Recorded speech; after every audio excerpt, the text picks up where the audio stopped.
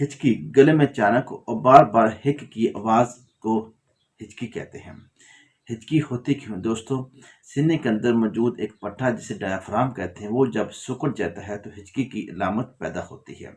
इसकी मेन जो वजह वजह है, जल्दी जल्दी खाना खाना, ज़्यादा पानी या ठंडे मशरूबात का इस्तेमाल करना, ज़्यादा बातें करना, तेज तेज मिर्च मसाले का इस्तेमाल करना, गैस और मैदे की खराबी हिचकी का बायस बनती है। दोस्तों, अगर आपके साथ ये मसला है तो चंद सेकंड के लिए अपना सांस रोक लें, पानी को आहिस्ता आहिस्ता सिप कर कर पिएं, चीनी मुंह में रख कर चूसें। अगर ये हिचकी का मसला ज़्यादा हो तो फौरी तिब्बी चेकअप करवा लें।